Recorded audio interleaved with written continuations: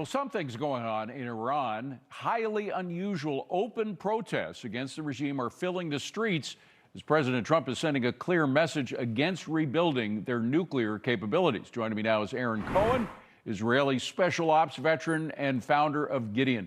Aaron, great to see you. Thanks for being here. So what's happening there? Is this more about the life, the economy and the life of your average Iranian than it has to do with geopolitics? You know, David, it's a good question. I really think this is something much simpler and a little bit deeper. I think the Iranian people have had enough. And I think that these are not radical people. I know Persians. Certainly living in Los Angeles, these are my people, but I know them well from Israel. We've got a monstrous Persian community there. And these people are not extremists. They're not looking for chaos. It's a very educated, proud, historically sophisticated people who, in my opinion, have been trapped under a clerical regime that doesn't represent them any longer. They haven't been represented by the IRGC. I think they're tired of the IRGC. And I think that what's changed is that they're no longer afraid in the same way because they realize that the mullahs don't have their best interests. And I think we're seeing it unfold here in real time. You know, the other thing about Iranians, I think most people don't realize that because we're so caught into our own crashes over the years with the Iranian government. They are great entrepreneurs. They're one of those countries that just have this entrepreneurial spirit. You'd ask people who worked there before the revolution, Americans and Europeans, they said they love to go to Iran. They could do business with Iranian people. They still have, even though a lot of them have escaped the country, they still have that spirit there, and I think they want to express themselves in the economy, but they can't. I agree with you 100%. And I think for decades, I think the regime has sold a very scary core myth that it was strong, that it was untouchable, David, and that it was winning. And I think that myth is gone. I think the Iranian people watched Israel dismantle Iranian military assets within a couple of weeks with the support of the United States and President Trump. Yes. They watched Israel dismantle Hezbollah's leadership. They've been a big piece of that IRGC terror puzzle and their capabilities. And I think they just saw how quickly they were exposed and how hollow that regime is and that power really is. And the Iranian people, like you said, they're smart, they're capable, they're incredible business leaders in their communities. And they saw that this terror empire that their leaders were bragging about doesn't do anything other than start problems and dismantle their economy. And that goes against everything that they stand for.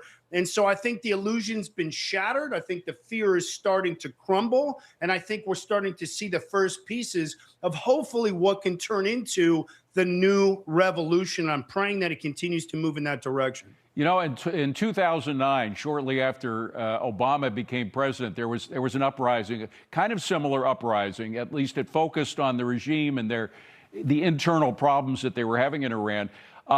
They got no help at all, zero help from President Obama when that happened. I'm suspecting that if these protests grow a little stronger and become a little more vocal and reach out to this administration, they wouldn't have the same reaction they had with Obama.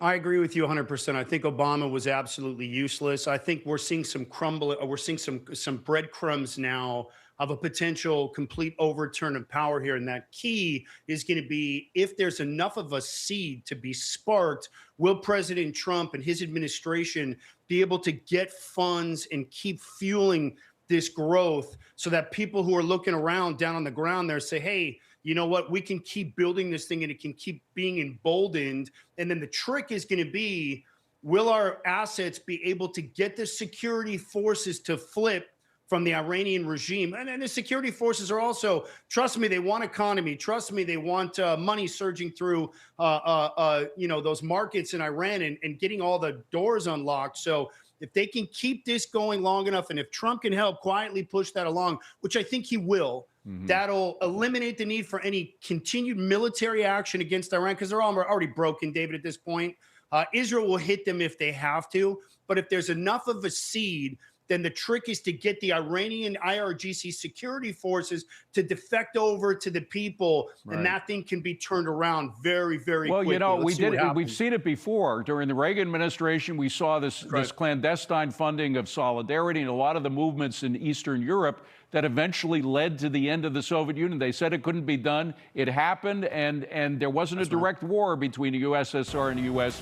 It just happened on its own. We got to leave it at that. Aaron Cohen, great to see you, my friend. Thank